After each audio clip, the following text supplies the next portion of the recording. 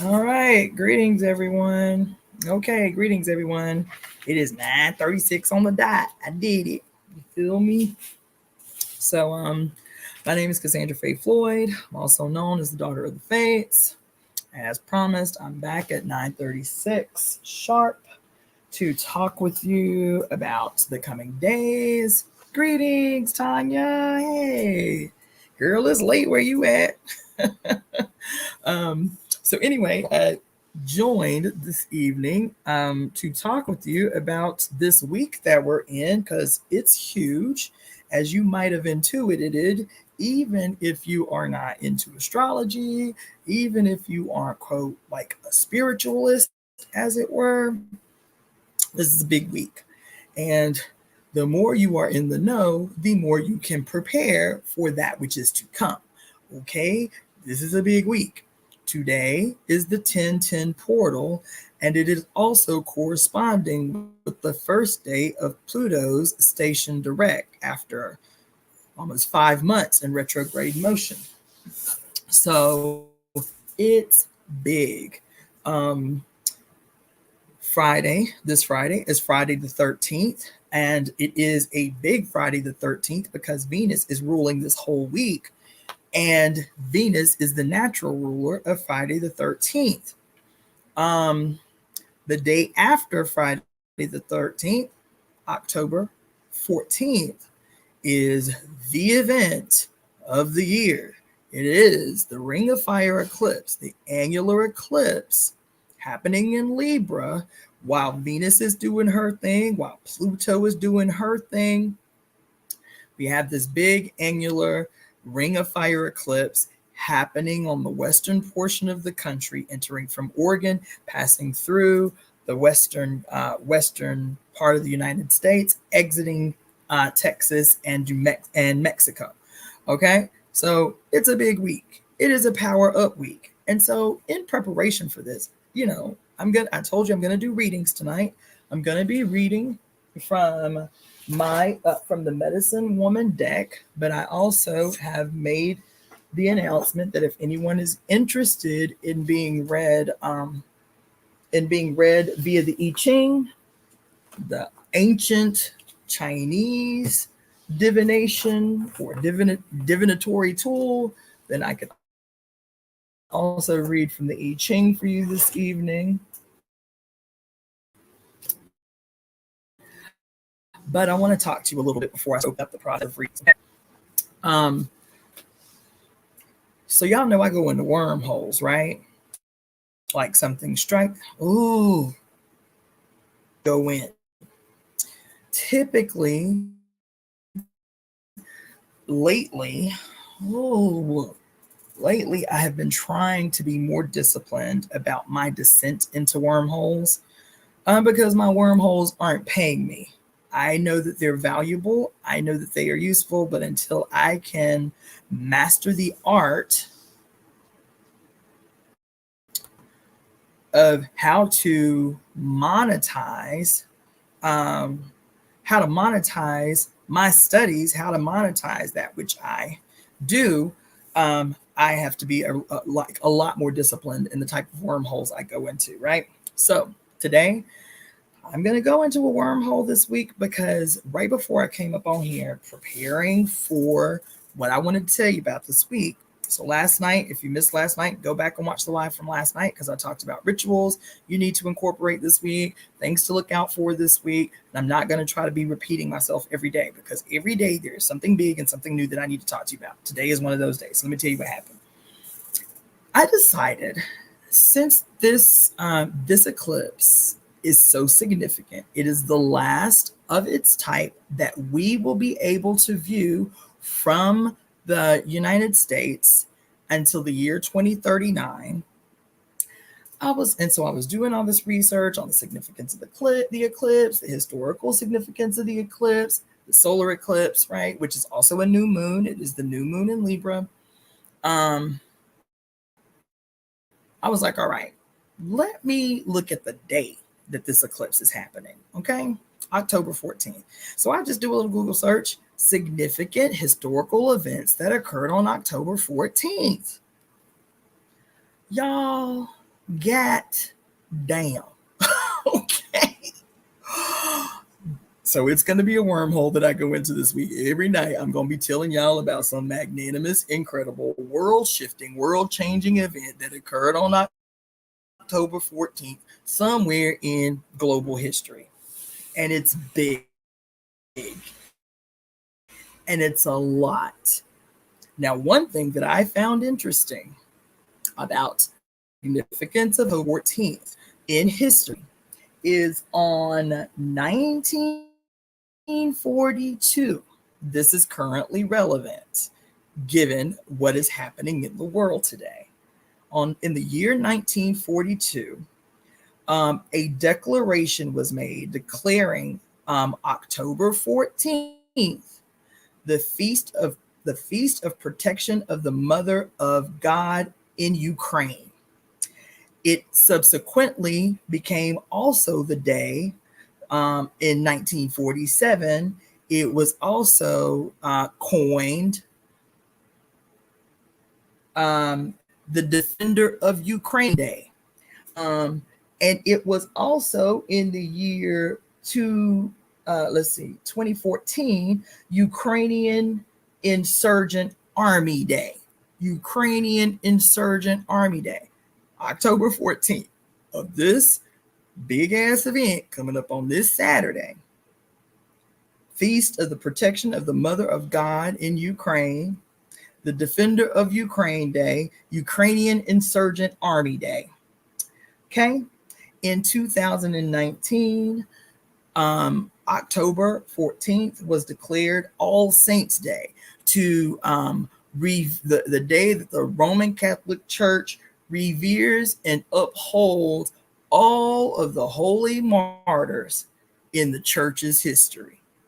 In 1861, I'm telling y'all these things for a reason. In 1861, y'all favorite president, Abraham Lincoln, pulls a jack move supposedly to save the United States and suspends the right to habeas corpus. Your boy Lincoln did that. You feel me?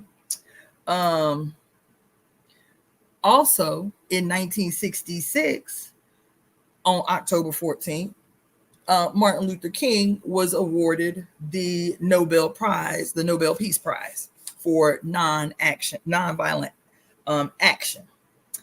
Happy birthday, Miss Teak. Dig it. Right? So yeah, and there's so much more. So I included a link on my Facebook page, on my homepage, of significant events that occurred on October 14th throughout world history. They are significant, and they can give us a glimpse of the power that will be harnessed on October 14th, this Saturday. It's big. In preparation for today's reading, I decided I had made this announcement that I was going to try to pull a jack move and drive to Utah to be in the path of totality to see the Ring of Fire eclipse. I am not going to do that. What I am instead going to do is remain here in California. We will see the eclipse. We just won't see the Ring of Fire effect. But what I am going to do is I'm going to remain here in California, and I am going to hold. So, typically since a couple weeks ago, I started doing temple service on Sunday. This week, I will be conducting the Temple of Evolutionary Emergence weekly service on Saturday at the height of this eclipse. So I am going to go on a hike up the mountain to Griffith Observatory, and there I will be conducting ceremonies. So it might be spotty. I don't know what kind of connection I'm gonna get up there. It's not gonna be real radical. It's not gonna be real technologically advanced. It might just be me live streaming from my phone directly to YouTube. But I'm just letting you know this Saturday. So we will see the eclipse in Los Angeles at 9:22 in the morning. So what I'm going to do is get up early, hike up that mountain. I don't know what time yet, probably 8.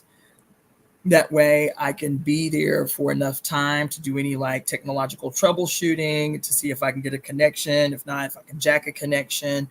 And then that way, when I start to do ceremony up on that mountain, I will be able to broadcast live. So that you can look forward to this Saturday. So it will be 9. I'm going to say we'll start. I'm going to say we'll go ahead and start at 8:30. That way we can, let's see, 8:30. Yeah, we'll go ahead and start at 8:30. That way we can already be fully into the service when we see the peak of the eclipse. Okay, so 8:30 Pacific Standard Time AM, 8:30 AM Pacific Standard Time on Saturday, October 14th. I will be initiating our Temple of Evolutionary Emergence weekly service from atop the mountain where Griffith Observatory is. Okay, that's one thing. Yeah. So the other thing I want to talk to you about is the eclipses. It's so interesting. Okay, so let me just give you a little background. Navajo Nation in the Four Corners area of Utah and what they call Monument Valley has made the announcement that because of their traditional practices in times of eclipses, that they're closing down any access to Monument Valley on the reservation for the observation of the Ring of Fire eclipse. They're not allowing outside access to Monument Valley. That got me thinking, and even today when we were reading Pure Lust about the origin of a lot of our traditions and our mores and where they come from and do we know the real origins, so on.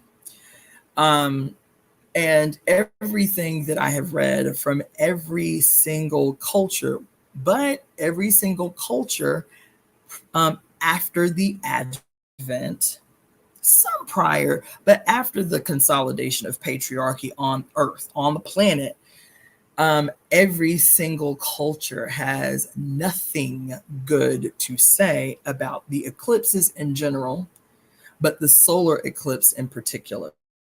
And I got to thinking about that today because I was looking for what different cultures, this is not something that is new to me, by the way, but I started looking at what different cultures had to say about rituals and practices that you should consider when tapping into solar eclipse energy.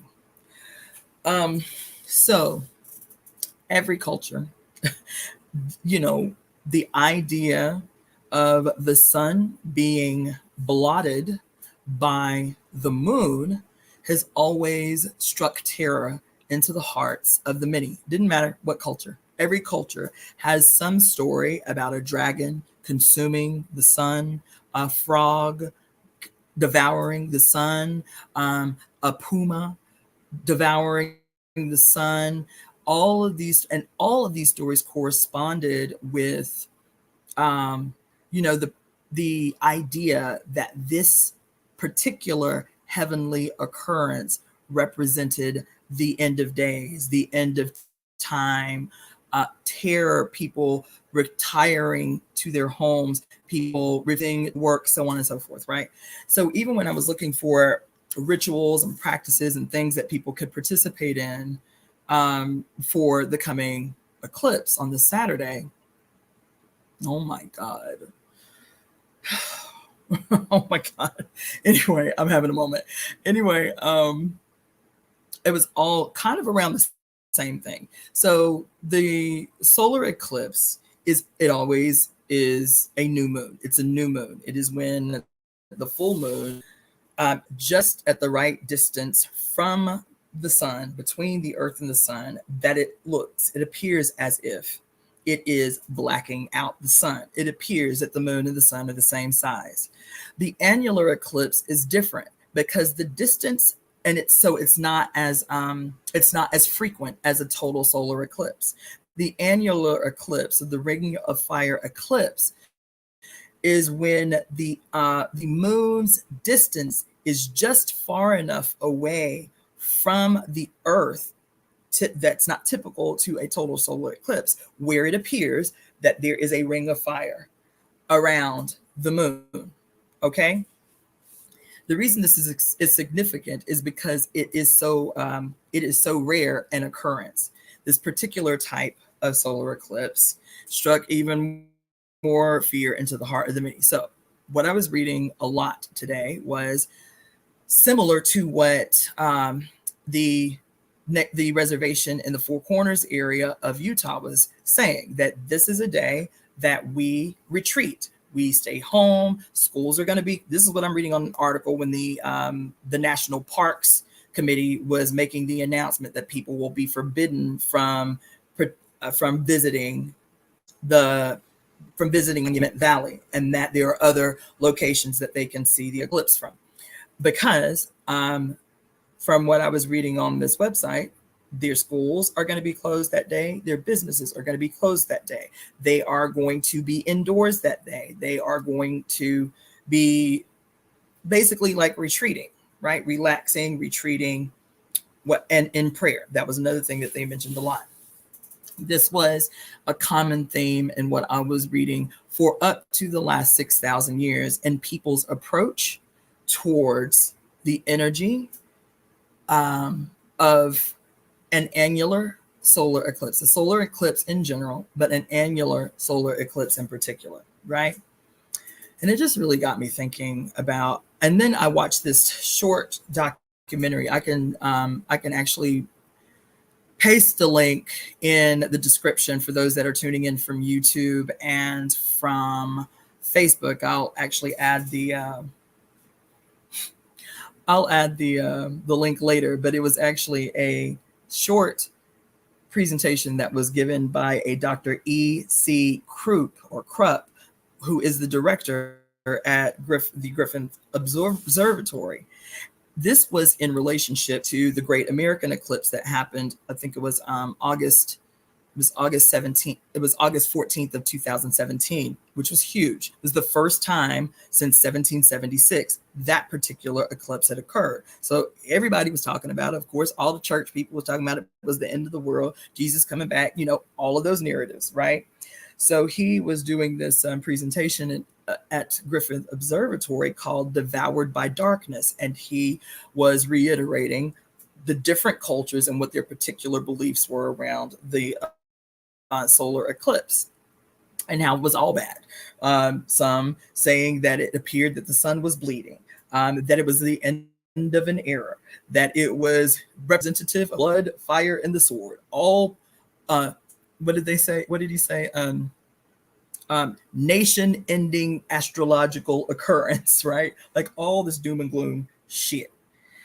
And I'm gonna tell you why I'm thinking about it so much. I'm talking to you all the time about how we live in a period, and this isn't my opinion, we live in a period astrologically where whole dynamics of society are about to be radically transformed.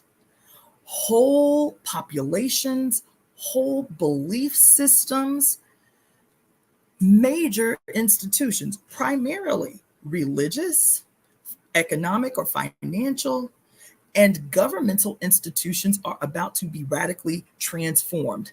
The age demands it. It's not my opinion. You do not have to believe it. Child, take what's for you and leave the rest. But I'm trying to tell you everything.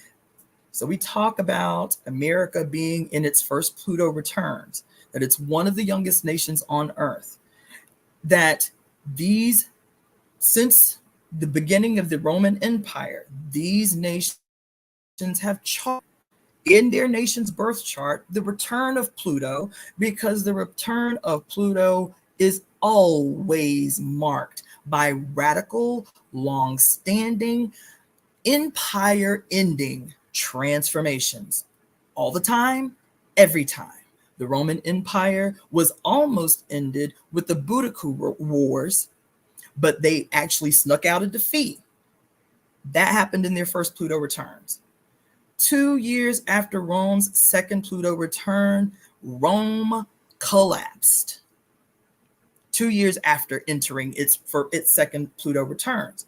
So everybody on the planet is talking about what's going to happen, and their focus of what's going to happen is the United States of America, because it is our first Pluto returns. We began this trek in our return on February 20th of 2022.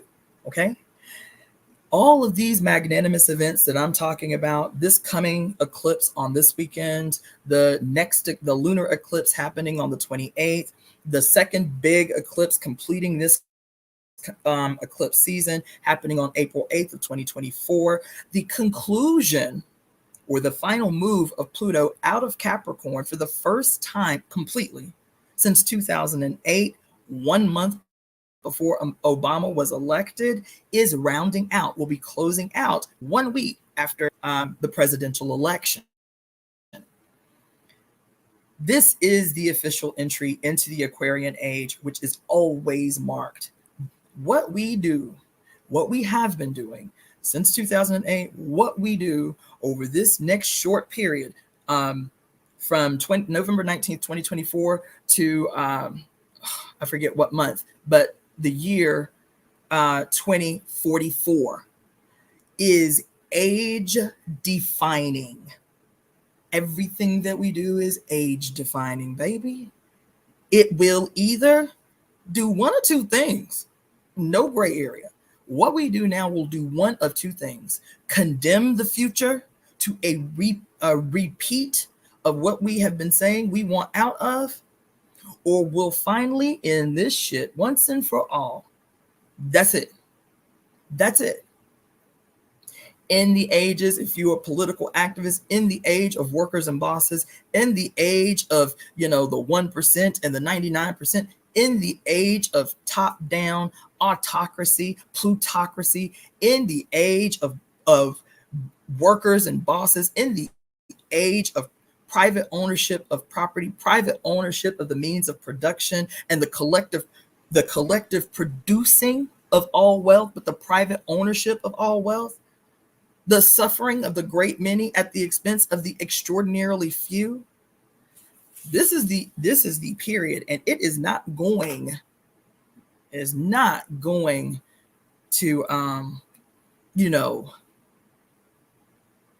going to be some mythological abstract creature that comes and sets this shit off. We are the instrument through which spirit facilitates all transformation in the material realm. That's it. And somebody is going to be mad. Somebody is going to be upset. Too many people are already upset with me, child. Viciously upset with me. I'm getting nasty little inboxes and shit. Because listen, all I can do is what my mother tells me. All I can tell you is what she says to say. And she is saying that you have grown comfortable in too many ways. You have grown comfortable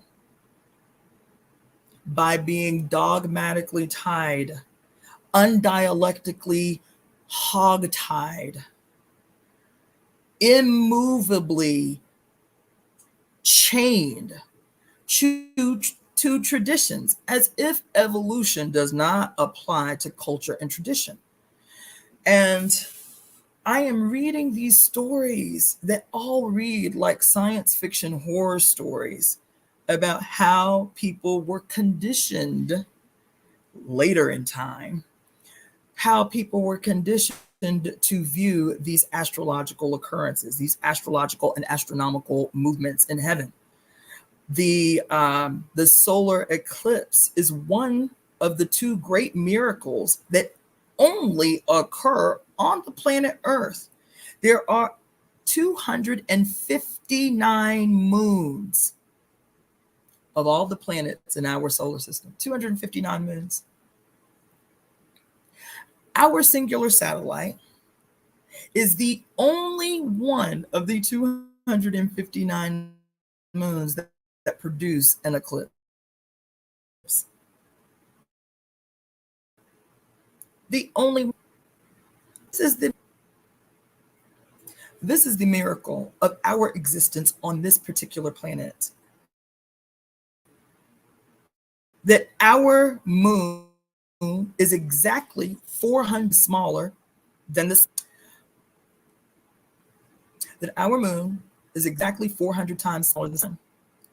That our moon not only is exactly 400 times smaller than the sun, and the sun is 400 times larger than the earth, but the moon is exactly 400 times the distance between the earth, between 400 times the distance between earth. I forget the distance. It's 93 million miles. Our earth is 93 million miles away from the sun, and our moon, I forget the distance thing, but it's a correlation between these three 400s. 400 times the size of the moon, 400 times the size of the moon.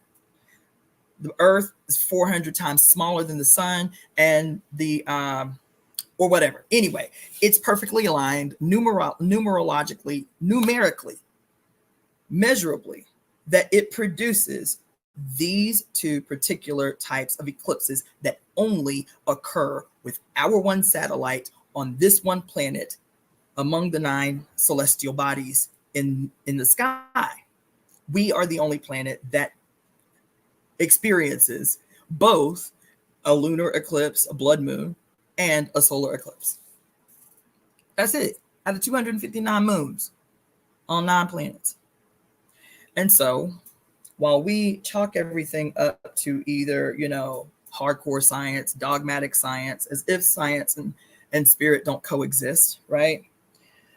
I'm trying to just tell you, like, what I'm thinking about is the new moon. So I'm talking about these rituals. I'm like, okay, what am I going to do this weekend with this?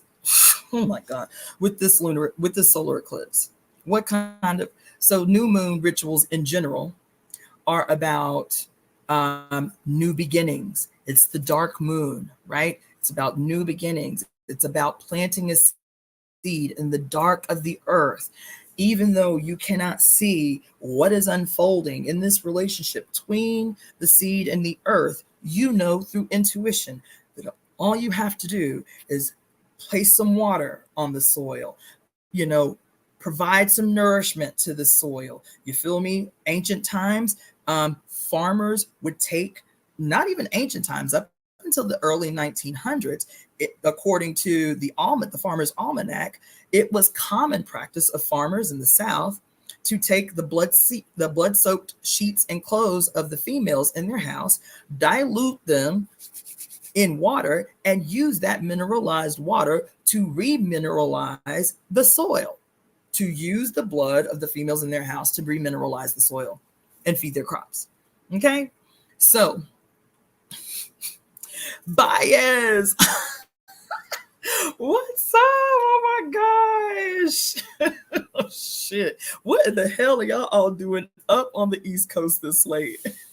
Yo. Anyway, so it was common practice for people to use the blood-soaked sheets and clothes of their females to remineralize and feed their crops. Okay. So the new moon governs our menstrual blood. For those of you who are, into the whole cyclical relationship between our menstrual cycle, our 28-day menstrual cycle, and the 28 days of the cycles of the moon, the 13 cycles of the moon that are 28 days each. So the dark moon governs the moon blood. The dark moon, if we were cyclically in harmony with nature and with the planet, then typically, especially women that are closer to the equator, would bleed with the new moon. Okay. The new moon is about planting seeds of intention. So that is anything That's any seed of intention. If there's anything that you need to resolve, because the new moon, the dark moon, governs your shadow. Ooh, my live stream is irritating. Ugh. It is the opportunity that if you have shadow work that has yet to be done, right? Then the new moon is the opportunity to seek resolution for these shadows. And then the light of the full moon is where you can let that shadow live in the light. You understand? So those are some of the things. Some of the standard things about new moons, new moon rituals, and so on and so forth is the planting of a seed, whatever that seed is. If it's an abundant seed of intention, whatever it is, you want to do it on a new moon. You want to start a new business. You want to write out what you want to do. You want to, nurture it through the cycles and then release it in light of the rituals. Oh, this is pissing me off. Oh, I'm sorry for those of you who are tuning in through YouTube, Facebook, or Twitch. I don't know what's going on with my my stream, but anyway. But when a new moon occurs on an eclipse, which is a solar eclipse, when a new moon occurs on an eclipse, then all of those same rituals, all the wonderful rituals about what you can do, make new moon water and this and that, plant your seeds of intention, and all the different cultures, all the different ideas about the rituals that you can do on the new moon become basically essentially null and void, and you are told to avoid ritual on this day, right? Everything from every culture that I've read is like, avoid doing ritual on the eclipse, avoid doing ritual on the eclipse, wait till at least 48 hours after the eclipse to do whatever ritual you want to do. So everything is saying, okay, if you want to do a ritual, do that shit 48 hours, whatever new moon ritual you want to do that shit 48 hours after the eclipse. And I'm going to tell you, and everything says, be at home, stay inside, same thing. Cross cultures, stay inside, don't do anything heavy, try to get some rest, maybe take a bath, whatever. I have been in this place where I am actively listening to my flesh. Do you understand? If it doesn't resonate with my flesh these days, I am rejecting it. I don't care what it is. I don't care how long I've been doing it. If it does not resonate with my flesh, I am rejecting it. Tabling it for another day, whatever. So this thing is I'm preparing, as I am for this live.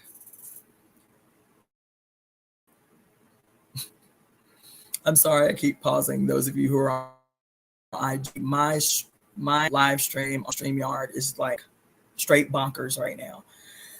But in preparing another ritual to do this week on the different days, everything in my spirit was rejecting every single ritual I came across, every advice I came across, because I talked to you guys last night about the other astrological events that are occurring at the same time, and telling you that Venus rules this whole week. Pluto, the goddess Oya, is showing her ass this whole week after handing us our ass for the last few months. Pluto has been in retrograde motion along with 6 other planets since June, slowly handing us our entire asses. You've been feeling burdened, weighted down like you dragging boulders on the backs of your feet. It's because we hadn't had 6 planets in retrograde motion for a long time.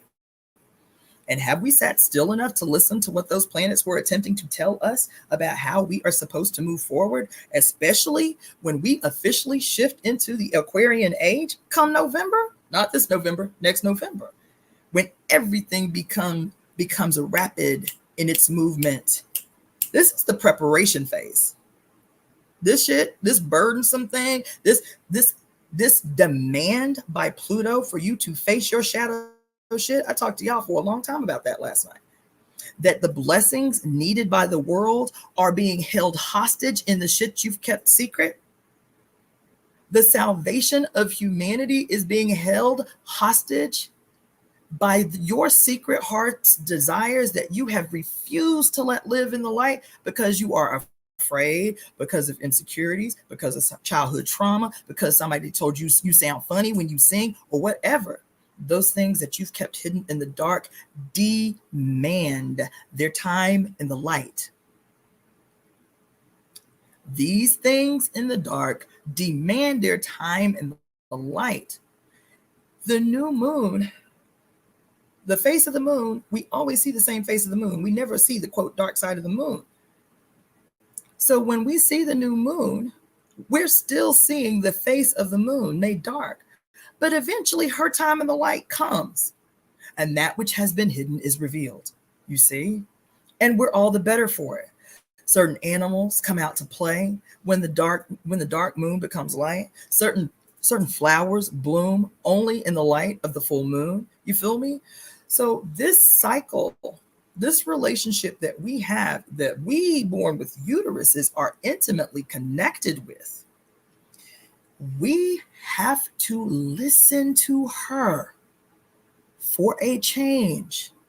She speaks to us not here, but through our blood. We are the governesses of blood. We are the governesses of flesh and bone. We are the guardians of those things kept hidden in the dark. You understand? And so what we have to do is trust us. What we have to do is trust our blood. What we have to do is trust our flesh. What we have to do is trust that when we're reading something that is tradition, when we're hearing something that has been done a long time, when we are participating in activities that have happened for thousands of years, and it's how our ancestors always did it. So we dare not stray. We dare not color out outside the lines. We dare not evolve from that. We have to reject being hogtied to dogmas. And so I'm not talking about, listen, there is a way that you remain connected in the foundations of your ancestral traditions and still have the fluidity and the mobility and the malleability to evolve, to transform, to ensure that we will be better when we are reborn in our offspring, when we are reborn in the future. Or even if we are not, even if we never reincarnate again, that those that we leave behind will be better off than we. This requires breaks from tradition. This requires evolution of the foundation of ancestral memory and tradition and culture. And so I'm telling y'all all this. I know it might seem like I'm being vague, but I am being very specific.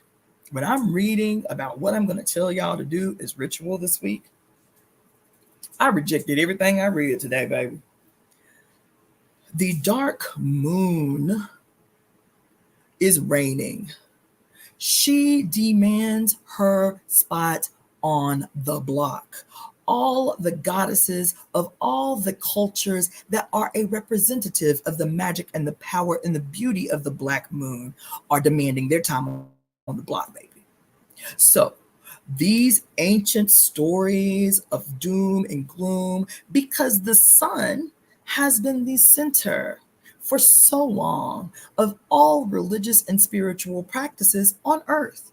I was just reading to y'all today in Pure Lust, where she says what has happened with the affirmation of the Virgin Mary, who is Inanna, who is the goddess Venus, who is Ishtar, who is the queen of heaven. She who gave birth to all that is. That what that story represents is the final subduing of the goddess made to kneel before her son. made to be subdued by her son. It is the official end, what we have been experiencing, of the reign of the mother, subdued by her son, murdered by her son. You see, murdered by her son on the one hand, but having to, because of the Annunciation, the only way that she can go to heaven is through the grace and salvation of her son. And so when I'm hearing this story that I'm reading out of pure lust today, and then I go to start doing some study about what I'm going to tell y'all how to show the fuck up on Saturday for this eclipse that everybody has been capitalizing on, that is in a position of power and that's in the know. I'm telling y'all, the reason that these stories are all ugly, what abnormal, represent disorder, the sun is bleeding, the dragon is eating the sun, what the frog is eating the sun, what are the other of the puma is consuming the sun. These are all images, representations of the mother subduing her son. Not overcoming, not murdering, not slaying, subduing the son gone astray.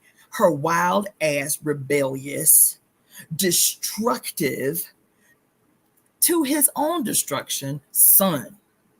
This eclipse coming up this week is about the mother's reemergence to her rightful place as the runner and owner of this bitch. That's what it represents for me. Pluto stationing direct today, Venus having her show out day, the day before the eclipse on Friday the 13th. The absolute number, the actual divine number, 13 lunar cycles in a year, 13 weeks in each season. You understand? And so I'm just trying to tell y'all, what I'm going to tell you this week is about upholding, raising up, exalting, doing all the opposite of what we've been told and how we handle the eclipse. All the opposite. Everything flipped right the fuck side up. That's what I'm telling you. This week, exalt the mother. This week, praise the mother. This week, uphold all the mothers, especially those mothers that are the governesses of the dark moon. Call their names, raise them up, light candles in their honor, make offerings in their honor.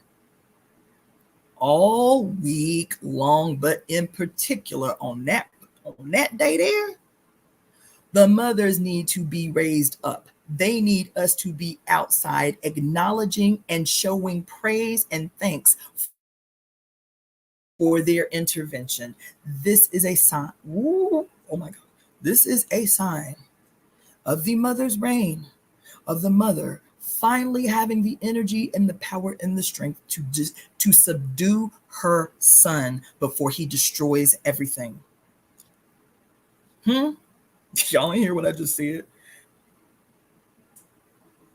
Yes, I see you, Tanya. I'm reading everything you're saying. Yes. Whatever face you give to the mother, Pele, Sekhmet, absolutely yes. Bastet, Oya, Yamaya, Oshun, who is Venus. Oshun, who is Venus, who running shit this week. Oya, who is Pluto, who is kicking ass and taking names this week, really challenging you, not only challenging you, but providing effortlessly to you the courage to let your shadow live. Providing you, your shadow is not your enemy, baby. And I'm so sick of people talking about shadow work as if it is some laborious, evil thing that has been done to us. It's not. And our shadow is demanding to be seen because somebody's salvation is in it. Somebody's salvation is in your story. Somebody's way out is in your story. Somebody's way forward is in your story. Somebody's broken heart is mended by that shit you've been keeping secret and quiet from everybody. And Pluto, honey, the goddess Oya is like, look, remove the mask, baby. Reveal who you are. I'm going to reveal your enemies so that they can be judged. You need to remove your mask so that people can see who you are. You are God incarnate. You are God incarnate. Baby, I'm not talking. So Tanya, I see you. But I'm not talking about just quote shadow work. Because we talk about shadow work as if it is something not to look forward to. We talk about shadow work as if it is some sickness that we must address. And that's not what I'm talking about. And the example, because you weren't on here last night, Tanya, I'm going to tell you, the example that I gave of the positive aspect of the shadow living out loud last night was I admitted something last night that I have never really said out loud, except to maybe a couple in my intimate circle. But one of my shadow ambitions, which has been on my spirit for a long time, but I was like, no, my family and my parents and my friends, and I'll be ostracized. But one of my shadow ambitions is to produce pornography, is to produce elevated, conscious, love-making erotica that is non-exploitative, that is non-judgmental, that upraises women's spiritual power through sexuality. That's what I want to do. I want to produce erotic spiritual pornography. You understand? And so I'm laughing when I say it because I'm like, yeah, I'm about to get it. Somebody about to give it to me on here. And baby, all the women who were on the call last night were like, oh my God, yes, that's genius. Yes, do that. It just a microcosm of what I'm saying is those things that we've kept secret, those things that we long for, those dreams that we had as children that we tucked away because everybody said we could not do that. That too is the shadow that is begging to come out. Reparenting our inner child. We hear that a lot, but I'm like, man, maybe I need to re-mentor my inner child, taking the wisdom that I have now and applying it to the wounded me so that I have the courage to emerge on the terms that I set. Right? Maybe I'm just telling you. Goddess work is what is demanded of this week. So anything telling you to subdue, anything telling you to make smaller, anything telling you to turn within, anything telling you to be quiet, anything telling you to stay inside, anything telling you to not be present in your out loudness, in your rebellion, in your radical being of self-expression outside, ignore it for this week, baby. I'm telling you, ignore it. Ignore it. Because the goddesses are on deck in full effect. Everybody on deck. Dark Moon Lilith, she is in full effect right now. You feel me? Who else? Eris, the goddess of discord. She's like, baby, tear all this shit down. Destroy it all so we can build something new. She like, look, we done did this shit for much too long. Boy, y'all is like, baby, take the covers off so all who are wrong, all who have wronged the mother, all who have wronged the planet, all who have wronged nature can be judged. Take the covers off of all this shit. Take the covers off all this shit. You understand? So get your ass outside this week. Fuck what you heard. Get your ass outside this week with red candles and blue candles, gold candles and green candles. Take your ass outside somewhere, wherever you choose to be, and take your boom box with some crunk music of your choice. I'm not talking about solemn. I'm not talking about, there's a time for all of that. This week ain't it. The chanting and nope, none of that. Have many orgasms this week, as many as you can, whether they are initiated by yourself or your partner, or you got to go find a new boo, or you got to find a temporary boo. Do what you got to do. Plenty of orgasms this week, deliberate orgasms, not bullshit. You feel me? Plenty of orgasms this week. Go into them deliberately so you can call your serpentine power from your root chakra to set this shit off. Okay? I did not mean or intend for my little introduction about how you need to prep for this week to take 50 minutes. However, it's a word that was needed. So I promised that I was going to do live readings today, either from the I Ching, you can choose. I appreciate you, Tanya. Either from the I Ching or from the Medicine Woman Inner Guidebook, the deck. So for those of you who have not tuned into my readings before, the readings are, I am asking for an $11 per question donation. Each person can ask up to 3 questions per call. I'm only going to be on here until 11:11. Like, I've been on here 4 hours today, so I still got other stuff to do tonight. I'm going to be up all night making jewelry, filling jewelry orders. So I'm going to do a quick read. I'm only going to be on here. It's 10:30 now. I'm only going to be on here until 11:11. So I have decks out. I have my incense lit. If you would like to ask a question, for those of you who are tuning in via YouTube, Facebook, or Twitch, you can see the donation information across the bottom of the screen. That is Cash App, Venmo, Zelle, and PayPal. $11 a question. You can ask up to 3 questions per person. For those of you, I know it's rudimentary. I'm working on my little technological upgrades, but in the meantime, you can donate. You can make your donations to Zelle, which is releaseheartcenter@gmail.com. And you can make them at Venmo, which is Cassandra-Floyd, Cash App, which is $Iapo Ngina, or PayPal, which is @$, Iapo Ngina. Okay, so I'll leave that there for a moment. If you are inspired to ask a question, make your donation. I will see it come through in my alerts. And once you make your donation, wherever you are tuning in from, you can ask your question. Okay. In the meantime, while I'm waiting for anybody who it's showing up backwards. I didn't know that, child. Okay, that's whack. But anyway, it's releaseheartcenter@gmail.com. Cassandra-Floyd. I'll leave it a little longer since it's showing up backwards. $Iapo Ngina, and PayPal @Iapo Ngina. Those of you who are tuning in from YouTube, Facebook, or Twitch, you should be able to see payment information scrolling across the bottom of the screen. Okay?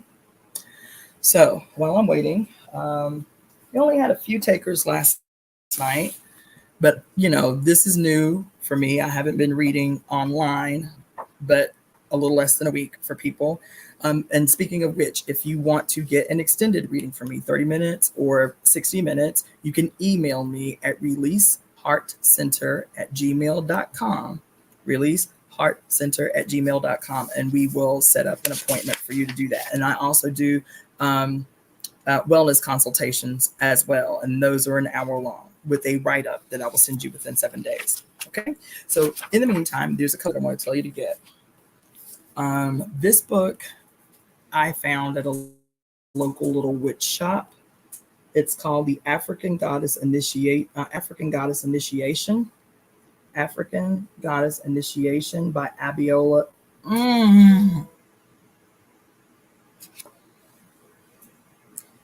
Okay. African Goddess Initiation by Abiola Abrams. So something is going on with my IG. What is going on, y'all? Just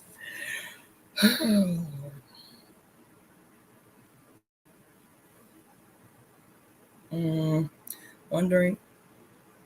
Okay. Well, at least it's showing up. My screen is frozen on my side, but I saw your question come in, Tanya. Let's see. Let's see if this works. I do not know why this has never happened. Ooh. Okay. So what I'm going to do, Tanya, is I'm going to log off of this live and then start another one.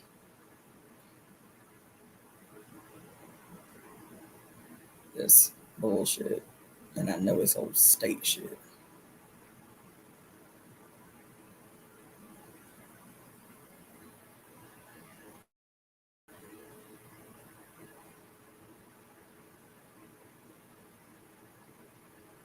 Mm-hmm.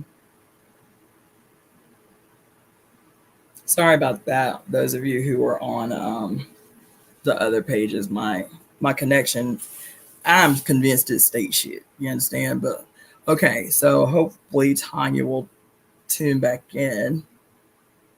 And let me pull her card while I wait for her. I'll be. Oh, I haven't seen her oracle cards. Okay, so I'm gonna need to check those out. Okay, cool, Tanya. I see you. Okay, so I am going to pull for you, Tanya, a card to answer your question.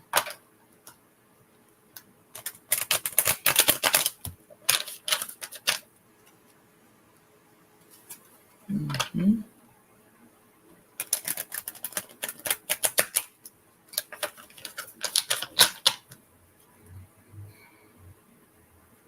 Mm-hmm.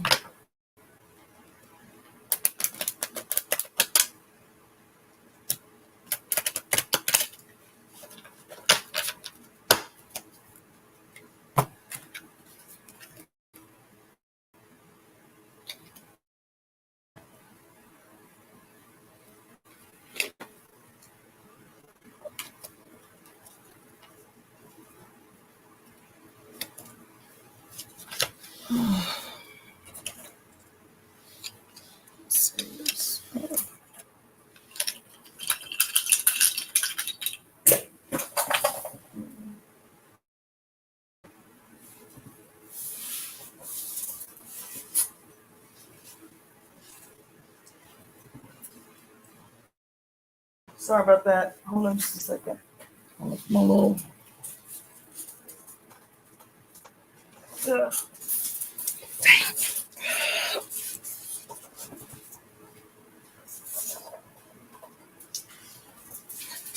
Okay, Tanya, I need you to ask that question a different way.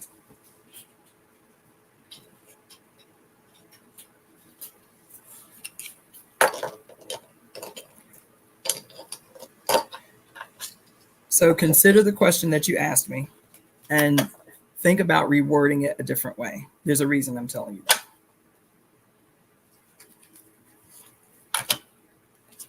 that. Cute.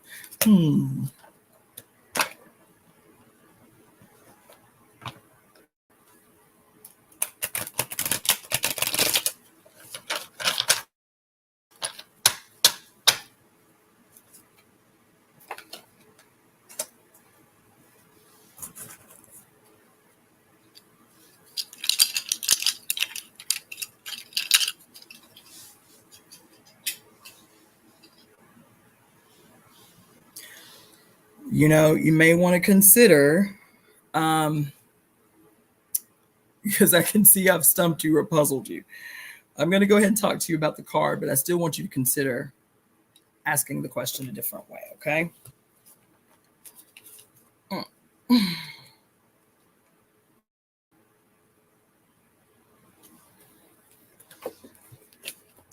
Okay, so I'm going to show you the card first, and then I'm going to talk to you about the card, which is a good card. But it is a homework. It is a homework card.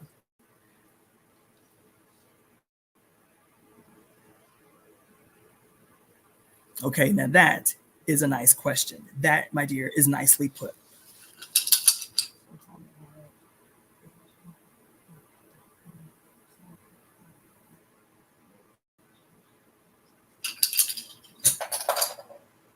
All right, that's what I'm talking about. That is what I'm talking about. Okay. She said, oh shit. Okay, so I'm going to show everybody your card, okay? So this is the card. It's the Four of Pipes. Like I said, I pull from the Medicine Woman Inner Guide deck. So you can see there's a man and a woman there. And that does not imply that your partner has to be the opposite sex. It's about the harmony of opposites. Okay. So there's a man and a woman there building, right? Building a foundation. Okay. This is a lodge. The Four of Pipes, it's the card name is attraction and preparation. That's why I said you got homework to do. This card is about self-preparation. And this self-preparation isn't about the shit that we think. You understand? We think, looks. Maybe I need to lose a little weight. Maybe I need to keep my toes done more or some shit. You feel me? That's not what this card is talking about. This card is talking about the discipline that you need to express your internal truth. This card, it's so timely. This card is again about preparing the self to receive the one that is already for you. That person already exists. Are we ready to receive them? Is your lodge, which is yourself, ready to receive what is already for you, what is already waiting for you, what is already probably in your immediate proximity? So in this deck, the pipes, and I reiterate this a lot because the pipes have been coming up in a lot of pulls lately, which is timely. The pipes in this deck it corresponds to the wands in the traditional deck. And just like in the traditional deck, where the wands are obviously instruments through which we channel our internal power. It's like how we focus and how we channel and direct our internal power. The pipes, which represent two types of pipes in this card, is the smoking pipe, which is, again, the harmony of the masculine and feminine energy. The stem of the pipe is the masculine energy. The bowl of the pipe is the feminine energy. We smoke, right? We light the medicine, we inhale, we exhale. There's a whole meaning in native traditions and some native traditions about the symbology of the smoking pipe. Okay? Then you have the playing pipes, like the flute, right? Where you are exhaling through an instrument that communicates something to the many.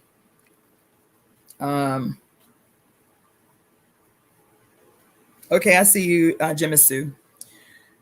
You represent the all-encompassing energy of the wands and both types of pipes. The exhaling, we talk about this a lot on channel. The exhaling is it's a prayer. Every word that we speak is a prayer, for good or for evil, doesn't matter. Every word that we speak is setting an intention. Every word that we speak is a prayer that lives forever, right? When we inhale the medicine from the smoking pipe, we are taking into us medicine through the inhale. And the smoke that emanates from our lungs and from the bell of the pipe represents the sending of the prayer, which is that the medicine heal us, to heaven. Okay? No, this card was not pulled last night. It was another pipes card, but like I said, the pipes have been coming up all week. Ever since last Saturday, the pipes have been coming up because we are not using the energy that we have that will manifest those things that we want to see made real in the world. Listen, Spirit is saying in every possible way, you are not utilizing your power. You are not utilizing your power. You are the instrument through which I do my will. I cannot move in this realm without you without you obeying my will. That's through your actions. That's through your words. That's through your relationships. Miracles are only facilitated by other humans obeying the will, whether consciously or unconsciously, obeying the will of spirit. You understand? So for you, Tanya, the answer is yes, you will.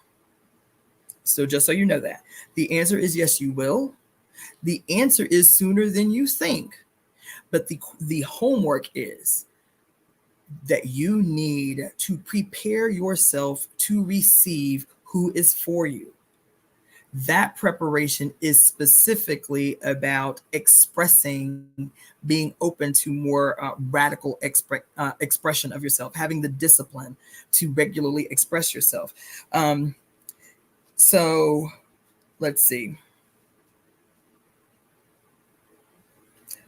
This, I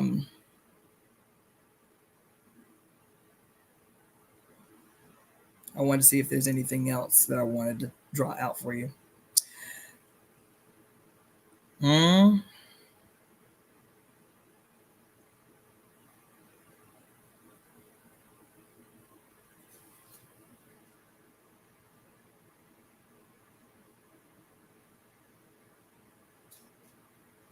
Okay, so the other thing that this card is attempting to teach you is that, you know, I hate to use the phrase just because it's so overused and deadened in a lot of ways, but the name of the card is attraction, discipline, attraction, and preparation. Discipline, attraction, and preparation. So one of the other things that this card is calling on you to do in preparation for this energy that you are going to attract, that you're in the process of attracting, is taking moments taking moments to purify. That may not it, and so the card, that's up to you. You know, that's up to you how you purify. There are some things that you may need. Like, and when I say purify, some people use the sweat lodge to purify. Some people use fasting to purify. Some people just take detox baths, or take 2 days off to go sleep in a tent to purify. Whatever purification, meaning being able to be present and to intuit what this card is saying, that there is a discipline of creative expression that you need to walk in. And this walk in your creative expression is going to attract to you what's already for you, what already exists around you close, that's for you. Hopefully that is clear. Is that clear for you? Because the answer to your question is yes. The second part of that is sooner than you think. And the third part of that is they are closer to you in proximity than you think. The overall theme is to be disciplined in your preparation to attract what already exists for you. Did I show y'all? I think I did show y'all this card. Yeah. The harmony of opposites represented in this card by the man and the woman preparing this lodge together. Preparing this lodge together, right? It's still, the image is still about you. It's still about you. It's about the joyful discipline of self-expression. So even when I say the card is timely, the other thing that occurs to me is something that I see it probably an hour ago now about this week. Yes, baby. Yes, Tanya. Yes, yes, yes, yes, yes, yes. It is the theme. It is the theme. It is the theme. Yes, we are creatives. And so our places get cluttered really quickly. As soon as we work on a project, our shit descends into chaos. I am conflicted with the same issue right now that this week, come hell or high water, I am cleaning my apartment and organizing my shit. You feel me? And so I'm saying that because it is a huge theme this week. Beautifying your immediate surroundings. I thought about this the other day. Like, I am actively celibate, but I am open to one coming into my life. At least I say that. But I was laying in my bed the other day and I was like, I say out my mouth that I'm open to someone coming into my life, but my bedroom, my surroundings in my bedroom are not indicative that I am ready for somebody to come into my life because of the clutter. Would I accept somebody coming into my bedroom as it is right this moment? Then this is a contradiction between what I say out of my mouth and what I and my heart's desires and my immediate surroundings. My immediate surroundings do not mirror what my desires are and what I say out of my mouth. right? So yes, that is a wonderful example of your intuition understanding what this means. The purification, like, and so I'm glad I said that. The purification is yours to decide. You being a creative, this card is talking about creative expression to attract what's already there for you. And then you intuit that it's your immediate surroundings, and the need to beautify your immediate surroundings is right on, right on. So yes, make that your discipline this week, because again, Venus rules this week, and she loves a home that is beautiful. She loves immediate surroundings that are filled with music, that are filled with art, that are sexy, right? So light some red candles this week. You can light gold candles this week. You can light green candles this week in your home. Venus represents all of that. The abundance of love, the abundance of money, right? The gold and the green both represent wealth. Burn red, green, and gold candles this week, cleaning your place. Don't make cleaning your place like laborious, like, oh God, I gotta wash the dishes. You understand? Try, I hate washing dishes too, but try just for this week to make the labor of beautifying your home a welcome labor, a beautiful labor. Turn your music up, light your incense, light your candles. Hell, even wear some fucking lingerie while you're washing your shit or whatever. You know what I'm saying? Like the cute little French maid outfit with the high heels or whatever. Do whatever you have to do to make the act of beautifying your space something that is joyful, even lustful, or so that your environment is energetically open to draw to you that which you are seeking in a partner. But it's inevitable. That person is coming. Okay. So, and this week is the week for you to bless up. This is the week for you to put some juju on it, for lack of a better term. Write down what you desire in a partner on a piece of parchment paper. Write down what you desire in a partner. I think I said this to you guys last night with the pumpkin ritual. Go back and watch the live that I did last night. The pumpkin ritual is an attraction ritual. Attracts abundance, attracts love, attracts wellness, health. So go back and listen to last night where I talked about the pumpkin ritual. Follow the pumpkin ritual and make that your ritual on top of you cleaning your home. Call into your space what it is you desire in a person. They're here. They already exist. They already waiting for you. They're just waiting for your space to open up to receive them. That's the Four of Pipes. That's the Four of Pipes. Okay. Yes, Kate and Didi. Yes, I'm going to post your comment on this page. She says, yeah. Oh. I'm telling y'all what's going to happen, because Facebook has been giving me grief. My live stream has been giving me grief. My IG just did all go while I'm trying to give y'all the goods. They're going to be fucking with my stuff. I can already see it coming. Let's see. Miss T says, what if we do not live near a body of water? Okay. If you do not live near a body of water and want to make an offering to Osun or to Venus, however you want to call her. Let me think about that and give y'all that ritual tomorrow. Okay, Miss T. So tune in tomorrow night. I will have a ritual for Venus, the goddess Osun, Ishtar, Inanna, whoever you want to call her by, if you do not live near a body of water. Because there's plenty of things that you can do. One thing I'm going to talk to you guys about probably tomorrow is probably blood moon rituals. Because if you have collected, if you have, what's up, Rockzilla? If you have collected, if you have, if you're cycling this week, or if you have collected any of your moon blood, this week is an opportune time to do blood moon rituals or moon blood rituals. You understand? So let's see. IG messed up as soon as I asked the question that is so close to my heart, and I'm so embarrassed to question. No, like I said, it's It's a thing, Tanya. It's a thing. And that's just going to be the end of this week. So keep tuning in. Like I said, I'm going to be doing these lives every night at 9:36. I'll be trying to keep the introductions because I want to tell y'all something every night about what this energy represents and why we need to tap in and power up.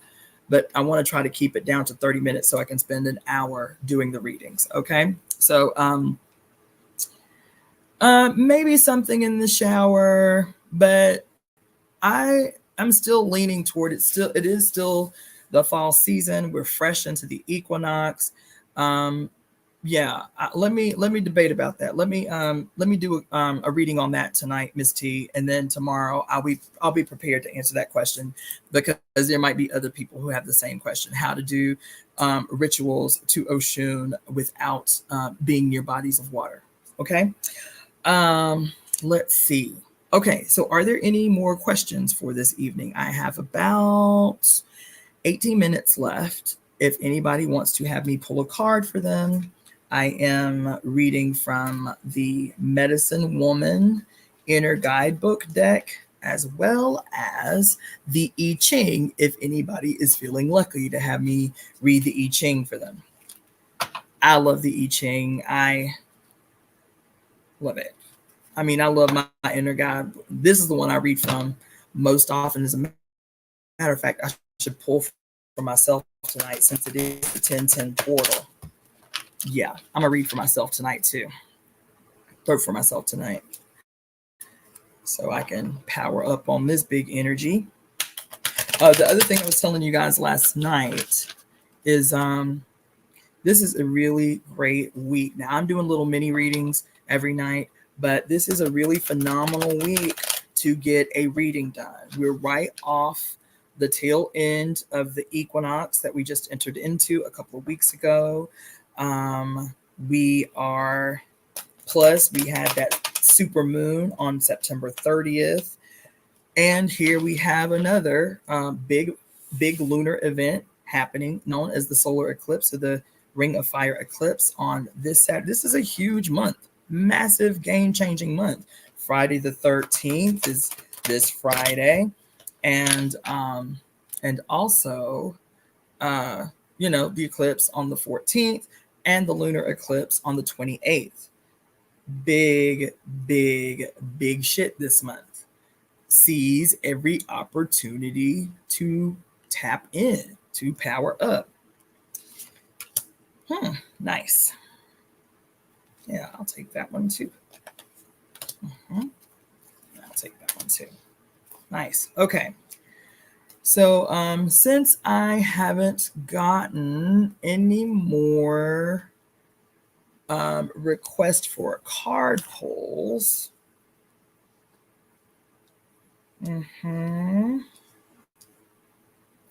this one I'll do as a freebie but I want to challenge y'all. I want to challenge you to support the readings. I want to challenge you to support the Temple of Evolutionary Emergence.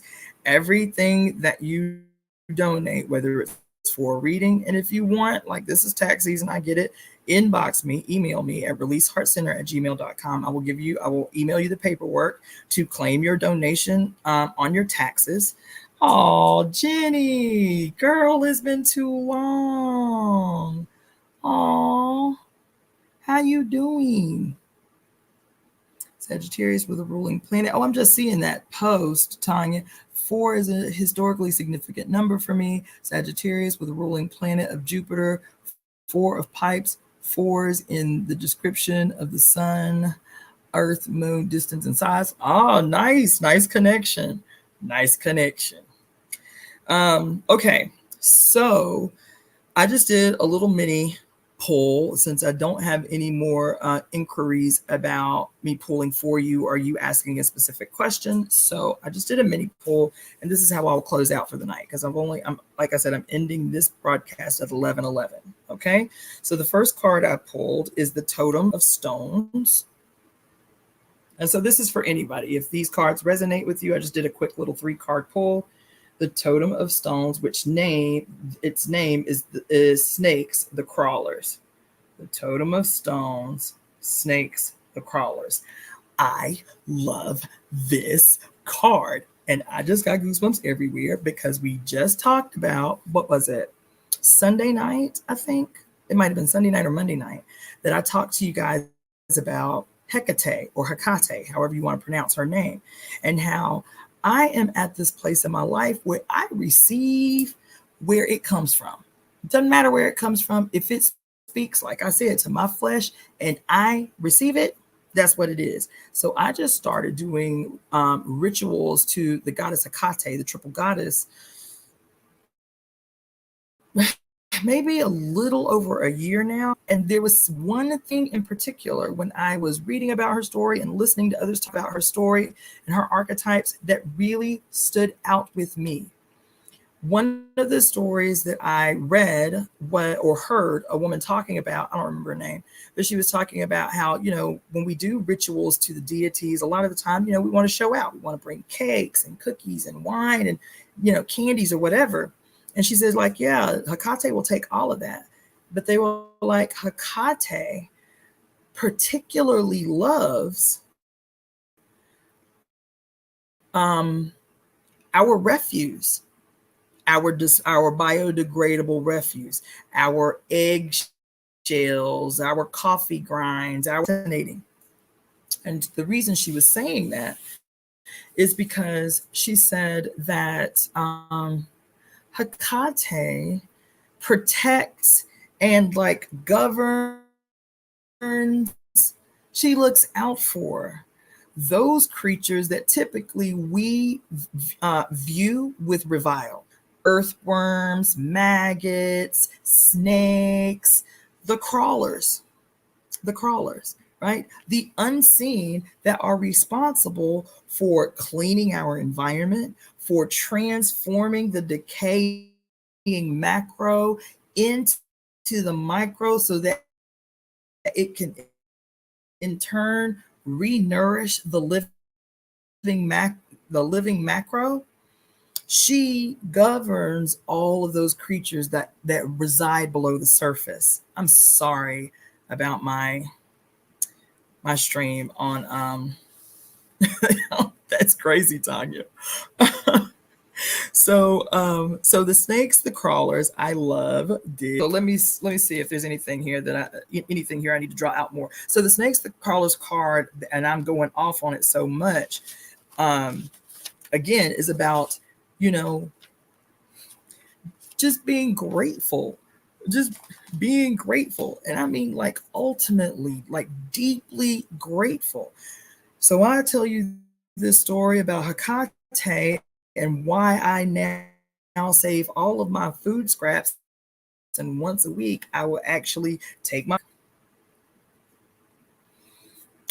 food scraps in a bag and go to some off the beaten path crossroads, because she governs the crossroads that are triplet crossroads, like Y-shaped 3-point crossroads. She governs the crossroads. Hecate does, right? And so once a week, minimally, I will go out to some crossroads, typically at night, just so I'm not seen leaving food at a crossroads, like what people would consider trash food at the crossroads or at the base of a tree, right? That way I can ensure that the earthworms and the maggots and the ants and the flies and everything is going to get them, right?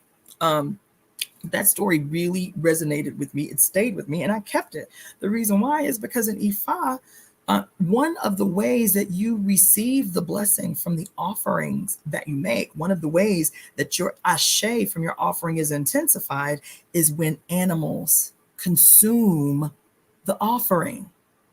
When animals consume the offering. So another sister, I did a private reading for a sister, and she was telling me how she makes offerings to the water, to fresh water. And I was like, those offerings that you make are nice. She said, I regularly offer like gin, pennies, and something else, right, to the water. I said, those offerings are nice, like symbolically and even energetically. I was like, but offerings are still symbolic of universal reciprocity. When we make an offering, especially when we are petitioning spirit, especially when we need something, if we're not just simply making offerings of gratitude, thank you so much for my life, thank you so much for the many blessings in my life, here, take this. But when we are especially petitioning spirit, the deities, the Orisha, whomever, for something, we are looking for something, it is so much more powerful when we make an offering that can feed the environment, right? That can serve multi-purpose. The creatures of the earth consume the offering, and the offering's energy is intensified. At least that's the idea in Ifa tradition, right? So we're purposeful about what we offer. Okay. So anyway,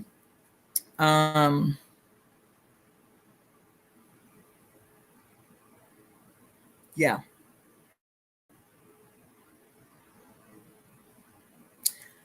So this card is telling you to focus. Like when I talk about gratitude, this card is telling you to focus.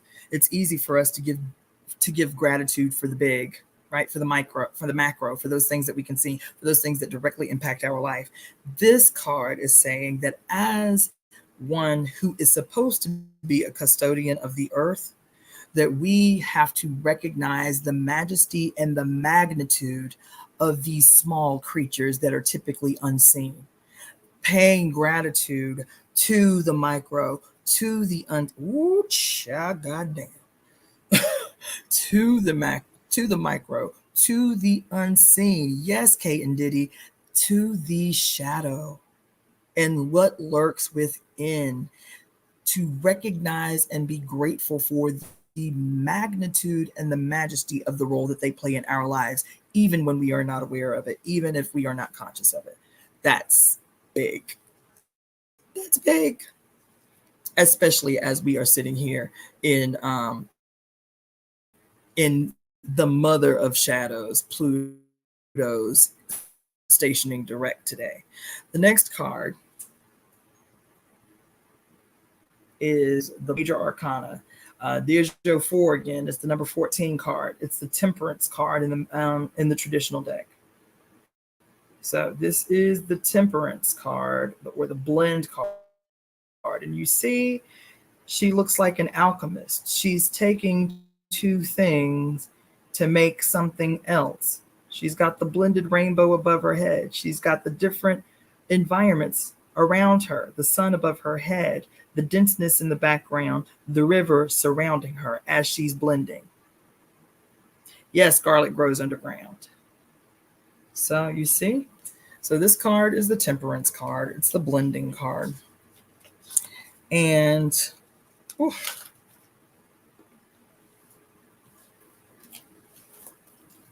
mm-hmm.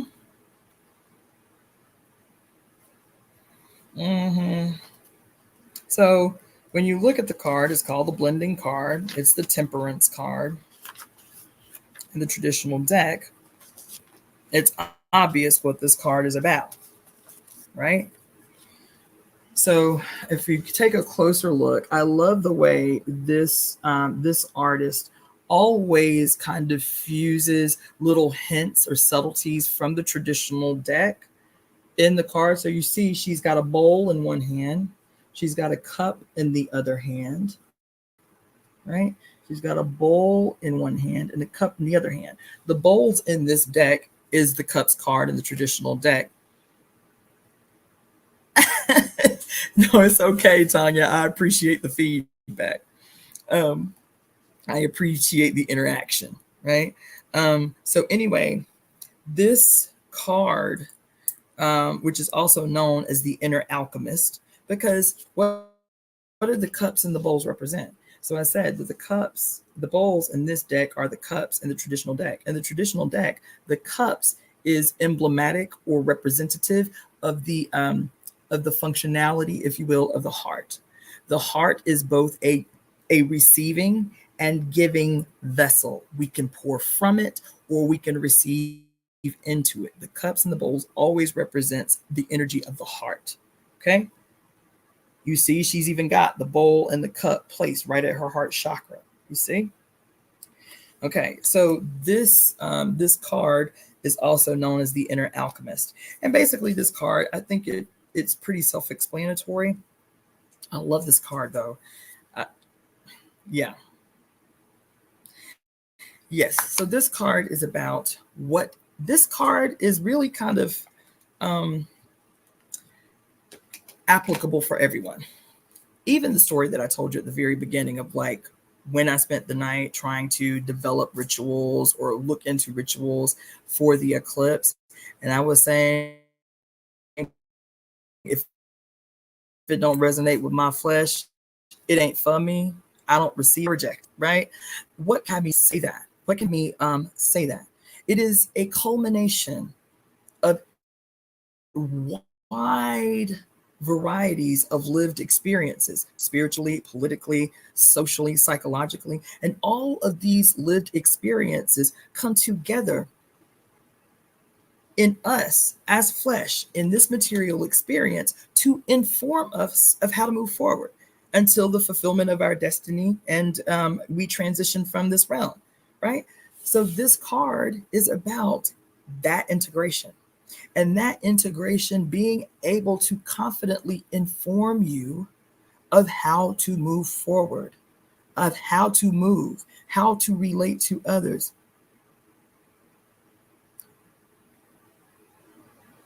I don't know what that is, Tanya, CE5. I don't know what that is. Let me write it down. I don't know what that is. Anyway, the integration card is what I'm telling you. Is what I'm always telling you, as a matter of fact. What am I always telling you? That each and every one of us is a peculiar and necessary part of the whole. Every single one of us is a singular, necessary part of the whole, right? That the whole needs to experience itself. And all of our lived experiences, not just in this life, all of our ancestral memories, all of our DNA transferred memories through our ancestors, all of our past lives, whatever you believe, all of this culminates in the new now, in the us, in order to help not only us move forward, but allow us to again become the vessel through which we can evolve, because that's all life is interested in, is evolution, is becoming the best version of itself over and over and over again. With each generation, we're supposed to improve. With each generation, we're supposed to evolve. If you look at flowers, and if you look at serpents, and if you look at the greater evolutionary whole, nature, when it is cyclically in harmony, all nature is interested in is the reproduction of itself made better. But the relationship of the self to nature is what informs the evolutionary process. It's the plant and the flower's relationship to the greater environment that helps to inform it that it needs to make these changes to adjust for the wind, and these changes to adjust for the cold, and so on. It is a relationship, a harmonious feedback loop between nature and self that assists in the evolutionary process. You see, integration is the symbolic cyclical feedback loop between nature and self, whatever self is. If self is a flower, if self is a tree, whatever. Integration of information is what allows for the cyclical harmonious relationship that aids always in evolution. Me talking to you about shadows and about astrology is my attempt in my relationship cyclically with the Mother Earth to attempt to assist in the evolutionary process of human beings whose evolutionary process has been stunted. Do you see? Okay, so one of the questions that this card asks you is, are you always too busy? Do you ever allow the necessary time to integrate all of your experiences so that they can inform you, right? This card also tells you to meditate. And in this meditation, do nothing, think nothing, allow all thoughts to pass through your mind without stopping. Do not analyze. Do not analyze. Do not criticize. When a thought comes, think only thinking and let the words go by. Follow the breath, merely observing. This is a discipline, especially somebody who is a Virgo sun and a Capricorn moon, who are the master analyzers and pickers apart of all things, right? So maybe this card was absolutely for me. You know what I'm saying? But again, allow the time through calm. And this has also been a theme of a lot of the polls that I've been doing this week about us getting off the rat wheel, us taking the time to rest and relax, and recognizing that whenever we are fully rested, whenever we are completely relaxed, whenever we are conscious of our breath, these moments are where epiphany lie. Breakthroughs lie in places of relaxation, you see. And so this is an ongoing thing. I'm going to move on because I still, it's 11:12 now, so I'm past time, but I want to go ahead and wrap this last card up and then let y'all go. I'm so glad that you stuck it out with me as long as you did. You feel me? Okay, so this is the 8 of Pipes. There is a lot going on in this card, so I'm going to hold it for a moment so you can see. Yeah, that was a great card. So this is the 8 of Pipes. This is a good card. It's got a lot going on, so I'm going to just let it stay there for a moment so you can see all of the imagery. You've got the lodge in the back. You've got the shield with the deer and the sun on it. You've got a wand in one hand. See, she's got a shield, doesn't have a sword in the other hand. She has a wand. Bulls, what did I tell you the bulls represent? The bulls represent the heart. She's got stones in the background. The stones represents your wealth, whether that's a wealth of experiences, a wealth of skills, a wealth of learned abilities, right? So there's a lot going on in this card, okay? This is the 8 of Pipes. And the 8 of Pipes is about, okay, so this card, and K and Diddy, this card did come up last week or Saturday or Friday. Your art is your shield and power. Your art is your shield and power. And so this card is pretty self-explanatory too. But so one of the things that I'm talking to you guys about a lot, probably more than anything, is it is my personal position, along with many others, that art is going to save the world, that artists are going to transform humanity. All artists, singers, dancers, actors, painters, graffiti artists, all artists are going to participate in the movement that transforms the world. I am certain of it, convinced of it. This card is basically reiterating this ongoing thing. Yes, artist Tanya Wise. Yes, that means you too. You understand? And so the lesson, I'm just going to read this card because I love this card. Your creative, so the lesson of this card is your creative energy is now expressing with some confidence. Your past experiences, the blend card, your past experiences now give you an edge of expertise in the area you have focused your energy. This is the blend card that we just pulled, okay? The integration of your lived experience is into that which you create.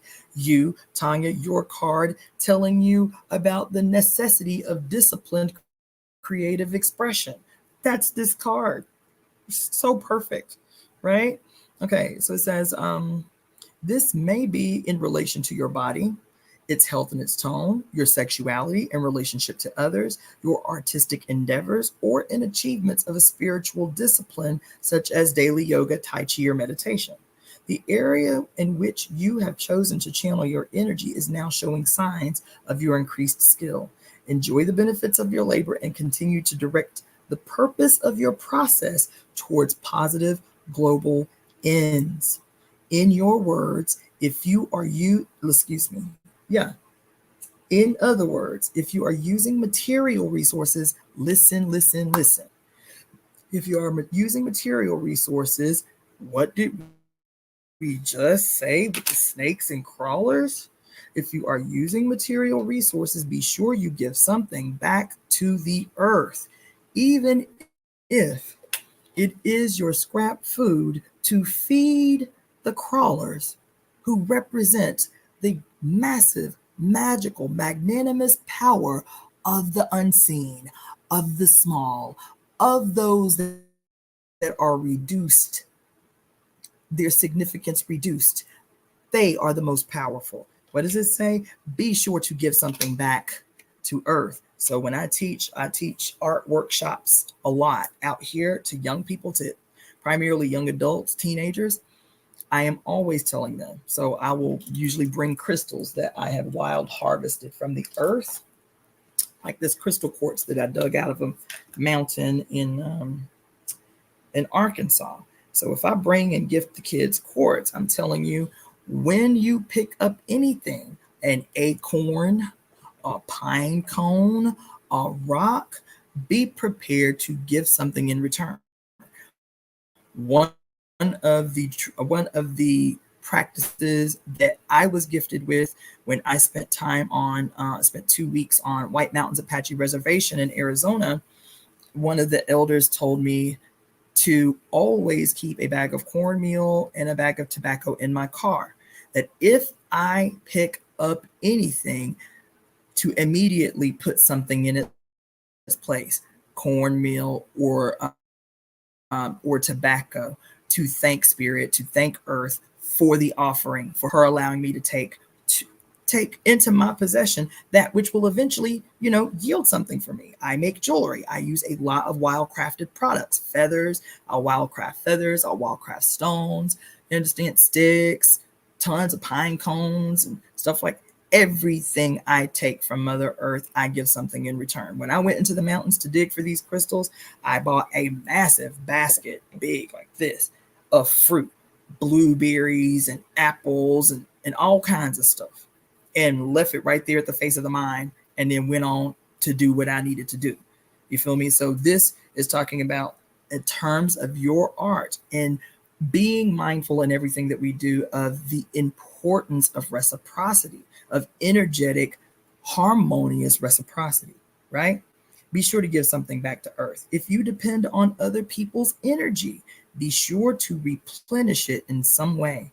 If your product makes a statement, continue to upgrade the thoughts behind the statement so that it does not really point at problems, but also shows the way of resolution.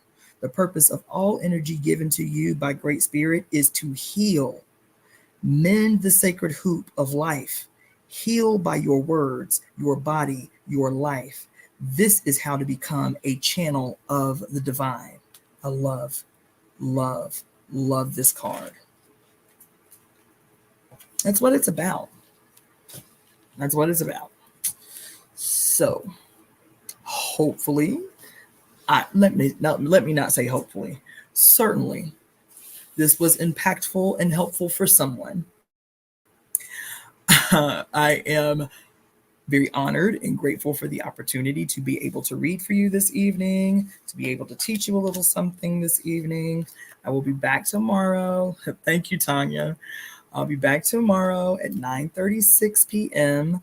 for another live reading from the Medicine Woman Inner Guidebook. If people are interested, I also read from the I Ching, which is impactful is all get out. You feel me? The other thing I will say is for those who don't know, I am also at 5 o'clock every day Pacific Standard Time doing the reading of this great, wonderful, extraordinary, gut-punching, chest-kicking piece of work by Mary Daly called Pure Lust, Elemental Feminist Philosophy. This joint here is a game changer. Baby. So every day at 5 p.m., I will be reading from pure lust until we complete the book, which I would say is probably going to take about another week and a half, 2 weeks. I read for 1 hour that book, and at 5 p.m. and tomorrow at 9:36 p.m. I will return for another reading in preparation to help you power up on this most radical, awesome, dynamic, game-changing week that we are in. Okay, with that being said, my name is Cassandra Faye Floyd, also known as the daughter of the Fates, founder of the Temple of Evolutionary Emergence, and I will see you tomorrow.